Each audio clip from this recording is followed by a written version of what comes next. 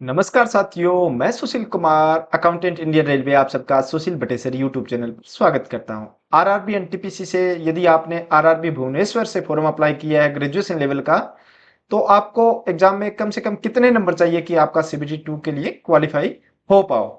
यह सब हम इस वीडियो में जानने वाले हैं। यदि आप मेरे चैनल पर नए हो तो चैनल को सब्सक्राइब करें, जिसका एक फायदा तो यह है कि मैं अपने कम्युनिटी टैब पर डेली रेलवे के प्रीवियस ईयर के क्वेश्चन डालता हूं, जो आपकी तैयारी में आपकी मदद करते हैं। इसके साथ साथ सभी रेलवे की जॉब प्रोफाइल आप जानना चाहते हो, चाहे एलपी हो, एनटीपीसी हो, टेक्नीशियन हो, ग्रुप डी हो, सभी की जॉब प्रोफाइल आप मेरे चैनल पर विजिट कर देख सकते हो। साथ में रेलवे से जुड़ी अन्य जानकारी भी आप मेरे चैनल पर देख सकते हो। अभी सबसे पहले हम स्टार्ट करेंगे कि कितने फॉर्म अप्लाई हुए हैं और 2019 में कितने फॉर्म अप्लाई हुए थे।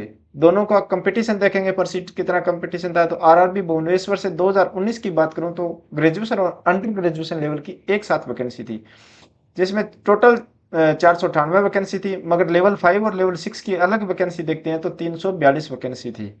और टोटल जो वैलिड फॉर्म रिसीव हुए थे आरआरबी भुवनेश्वर में 2,08,974 फॉर्म वहां अप्लाई किए गए हुए थे, जो वैलिड माने गए थे। और पर सीट कंपटीशन जब हम ओवरऑल से निकालते हैं, यानी 498 से निकालते हैं तो 420 था। और यदि हम लेवल 5 और लेवल 6 का निकालते हैं तो 611 था। अब 2024 की बात करते हैं। 2024 में नंबर ऑफ जो पोस्ट आपकी इंक्रीज हुई है, 758 हुई है। पिछली बार 498 थी, इस बार 758 हुई है। मगर यहाँ जो फॉर्म अप्लाई हुआ है वो भी डाटा हमें चौंकाने वाला आरटीआई से प्राप्त हुआ है कि यहाँ पर नंबर ऑफ फॉर्म भी बहुत ज्यादा अप्लाई हुए हैं, 9,57,614। और जो पर सीट कंपटीशन निकल के आ रहा है 1264 पर सीट कंपटीशन है, जो बहुत ज्यादा कंपटीशन आपको यहाँ आरआरबी भुवनेश्वर से देखने को मिल रहा है। 2019 के मुकाबले में तो लगभग 3 गुना यहाँ कंपटीशन इस बार है। और एक फैक्टर ये है कि 2024 में 15 गुना कैंडिडेट सीबीटी 2 के लिए बुलाए जाएंगे, और 2019 में थे वहां 20 गुना कैंडिडेट बुलाए गए थे। तो यहाँ थोड़ा फर्क कट ऑफ पर इसका भी पड़ने वाला है। अभी बात करें कि 15 गुना कैंडिडेट यदि 758 का हम निकालेंगे तो 11,370 कैंडिडेट ऐसे होंगे जो सीबीटी 2 के लिए क्वालिफाई करेंगे आरआरबी भुवनेश्वर से। अब जो सीबीटी फर्स्ट की कट ऑफ 2019 में तो इंडिविजुअल रही थी, लेवल 5 और लेवल 6 की। इससे पहले 2015 में एनटीपीसी हुआ था, उसके लिए एक कॉमन कट ऑफ रही थी सभी की, लेवल 5 से लेकर लेवल 2 तक की सभी की कॉमन कट ऑफ थी। इस बार भी आपकी कॉमन कट ऑफ रहने वाली है। अलग अलग कट ऑफ आपकी नहीं जाएगी, इंडिविजुअली कट ऑफ नहीं जाएगी, ओनली कॉमन कट ऑफ आपके लेवल 5 और लेवल 6 की एक साथ कट ऑफ रहने वाली है। वो कितनी रहने वाली है हम जानते हैं। सबसे पहले उससे पहले 2019 की कट ऑफ देख लेते हैं कि 2019 में जब बात करूं लेवल 6 में कमर्शियल अप्रेंटिस और स्टेशन मास्टर यानी लेवल 6 की टोटल 63 वैकेंसी थी। कमर्शियल अप्रेंटिस इसके बाद अब 2024 में इसको चीफ सीसीटीएस के नाम से यह पोस्ट आई है, कमर्शियल अप्रेंटिस हटा दी। और ये सीनियर कमर्शियल कम टिकट क्लर्क थी, ये पोस्ट भी डायरेक्ट कोटे से हटा दी है, इसको प्रमोटी कोटे में डाल दिया है। तो इसको भी मैंने इग्नोर कर दिया। यदि इसको इंक्लूड करते हो तो लेवल 5 की 289 पोस्ट है, और यदि इसको हटा के देखते हैं तो 209 पोस्ट लेवल 5 की है। तो लेवल 5 और लेवल 6 में कंपटीशन हम यहाँ कंपेयर करने वाले हैं 2024 से, क्योंकि लेवल 3 और 2 के लिए अलग से नोटिफिकेशन 2024 में आया है, जिसका सीएन नंबर 06 है। एनटीपीसी के लिए 05 सीएन नंबर है। यहाँ कट ऑफ भी देख लो आप, आफ्टर नॉर्मलाइजेशन है, यानी रो स्कोर नहीं है, आफ्टर नॉर्मलाइजेशन कट ऑफ जब पर सीट कंपटीशन 420 के आसपास था, यहाँ हमने देखा 420 पर सीट कंपटीशन था। और यदि लेवल 6 और 5 को किए तो 612 के आस 11 पर सीट कंपटीशन था। तब अलग अलग इंडिविजुअल कट ऑफ यहाँ आप देखोगे, लेवल 6 की 82 यूआर के लिए 73, एसी एसटी के लिए 66, ओबीसी के 79 और 77 ईडब्ल्यूएस के लिए। और जब हम लेवल 5 की बात करते हैं तो 71 यूआर के लिए, 56 एससी के लिए, और एसटी के लिए 49, और ओबीसी के लिए 65, 56 ईडब्ल्यूएस के लिए। तो यहाँ कट ऑफ काफी हाई गई थी। पिछली बार भी यहाँ कह सकते हैं कि अदर जो जोन थे उनसे थोड़ी ज्यादा ही कट ऑफ यहाँ देखने को मिली थी। इस बार भी यहाँ तगड़ा कंपटीशन रहने वाला है। कितना रहने वाला है ये हम जानेंगे। उससे पहले 2024 की वैकेंसी पर थोड़ी नजर डाल लेते हैं कि 2024 में जब देखोगे आप, चीफ कमर्शियल कम टिकट सुपरवाइजर की 51 पोस्ट है, और उसके बाद स्टेशन मास्टर की 0 पोस्ट है। तो यानी आपके पास 51 लेवल 6 में है, बाकी 758 में से 707 पोस्ट आपके लेवल 5 की है, जिसमें सबसे ज्यादा गुड्स ट्रेन मैनेजर की 586 वैकेंसी है। इसका 15 गुना कैंडिडेट बुलाया जाएगा, यानी 11,740 के आसपास कैंडिडेट CBT 2 में बुलाए जाएंगे। कॉमन कट ऑफ आपकी यहाँ रहने वाली है। अब कॉमन कट ऑफ कितनी रहती है, यह जो मैं पूरा एनालाइज किया है उसके अकॉर्डिंग बता रहा हूँ कि कुछ लोग बोल रहे थे कि वहां पर सीट कंपटीशन 1200 से अबो है, तो वहां कट ऑफ 90 से अबो जाने वाली। ऐसा नहीं है, पेपर का लेवल भी देखा जाता है आपका। उसके बाद जो इजी टफ या मॉडरेट लेवल के एग्जाम हुए हैं, उसके बाद नॉर्मलाइजेशन होता है।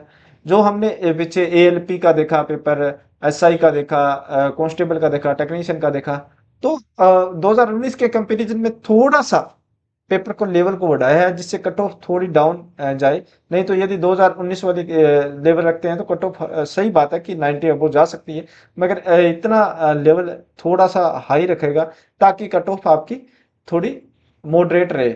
और एक जो नॉर्मलाइजेशन होने के बाद कट ऑफ निकल के आती है वो एक ठीक ठाक आपको यहाँ देखने को मिलेगा। जैसे हम UR की बात करें सबसे पहले, तो UR में 83 से 88 के बीच में आपकी रह सकती है कट ऑफ। AC की बात करूं तो 72 से 75 के बीच में रह सकती है। इस ST की 65 से 70 के बीच में, और ये पहले 72 से 75 SC की थी, फिर ST। OBC की 80 से 83 के बीच में, और EWS की 78 से 82 के बीच में कट ऑफ आपकी रह सकती है। आफ्टर नॉर्मलाइजेशन कट ऑफ है ये भी, क्योंकि रो स्कोर तो आपकी शिफ्ट पे डिपेंड करता है कि आप कितने नंबर लेके आ रहे हो।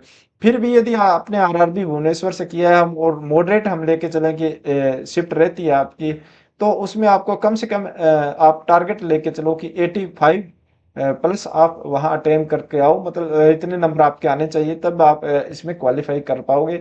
हाँ, टफ शिफ्ट रहती है तो टफ शिफ्ट में 75 के आसपास में यदि आप अटेम्प्ट करते हो तो आपके नॉर्मलाइजेशन में 5 से 6 नंबर इंक्रीज हो जाते हैं आराम से। इजी शिफ्ट रहती है तो इजी शिफ्ट में तो 90 प्लस आपको अटेम्प्ट करने होंगे। तो तब ये जब नॉर्मलाइजेशन होगा तब जाकर ये आपका जो फाइनल स्कोर या कट ऑफ निकल के आएगी, तो ये इसी के बीच में कट ऑफ निकल सकती है। ये एक एक्सपेक्टेड मैंने आपको एक आइडिया दिया है, इससे प्लस माइनस 2-3 नंबर हो सकता है। बाकी जितना मैंने एनालाइज किया, जो डाटा मुझे प्राप्त हुआ उसके अकॉर्डिंग मैंने एनालाइज किया, तो ये एक कट ऑफ निकल के आई है अलग अलग कैटेगरी वाइज। और जो ये रो मार्क्स मैं आपको बता के चाह रहा हूँ, एक ये नॉर्मल, ये कैटेगरी पर डिपेंड मत होना। ये एक नॉर्मल स्टूडेंट के लिए बता रहा हूँ मैं कि इतने नंबर होने चाहिए इसमें, चाहे SC हो, ST हो, OBC हो, EWS है। यदि इतने नंबर लेके आ रहा है तो वो कहीं ना कहीं अच्छा स्कोर कर रहा है अपने आप में।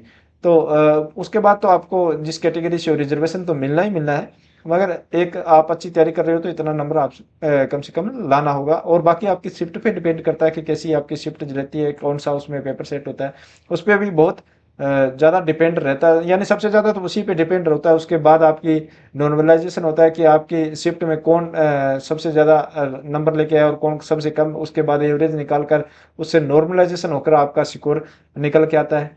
तो एवरेज नॉर्मलाइजेशन 5 से 6 रहता रहता ही है रेलवे में, बाकी शिफ्ट पे डिपेंड करता है आपकी। तो आपको 11,370 में आने के लिए कम से कम मैंने बता दिया कि 80 प्लस का तो टारगेट लेके चले। उसके बाद यदि थोड़ा बहुत ऊपर नीचे होता है तो आपका आराम से यहाँ CBT 2 के लिए सिलेक्शन हो जाएगा। तो यहाँ हमने भुवनेश्वर का जान लिया। उससे पहले मैं अहमदाबाद, बिलासपुर, चंडीगढ़, चेन्नई, गुवाहाटी, जम्मू, कोलकाता, मुंबई की ऑलरेडी वीडियो अपलोड कर चुका हूँ। बाकी वीडियो धीरे धीरे करके इस वीक में संडे तक शायद कंप्लीट कर दूंगा मैं। तो जितनी हो सकती है उतनी हम इसी वीक में कंप्लीट कर लेंगे। उसके बाद आपके एग्ज़ाम भी स्टार्ट हो जाएंगे 5 जून से। तो कोशिश करेंगे इसी वीक इन सभी की कट ऑफ में एक आपको रफली आइडिया दे दूं कि आपके कितने नंबर आने चाहिए कि आपका सिलेक्शन हो पाए। मेरा तो यही कहना, जो मैं मुझे देख रहे हैं उन सभी का सिलेक्शन हो और CBT 2 में भी अच्छा क्वालिफाई करके सभी एक वेल पोस्ट पर जाए, तभी मुझे अच्छा लगेगा। बाकी यह जानकारी आपको कैसी लगी, अच्छी लगी हो तो लाइक करें, दोस्तों के साथ शेयर करें। इसके अलावा आप मुझे टेलीग्राम या इंस्टाग्राम पर भी फॉलो कर सकते हो, जिसका लिंक मैंने डिस्क्रिप्शन में दे दिया है। वीडियो में अभी तक बने हो, चैनल को सब्सक्राइब नहीं किया तो चैनल को सब्सक्राइब करें। मिलते हैं नई जानकारी के साथ नई वीडियो में। धन्यवाद।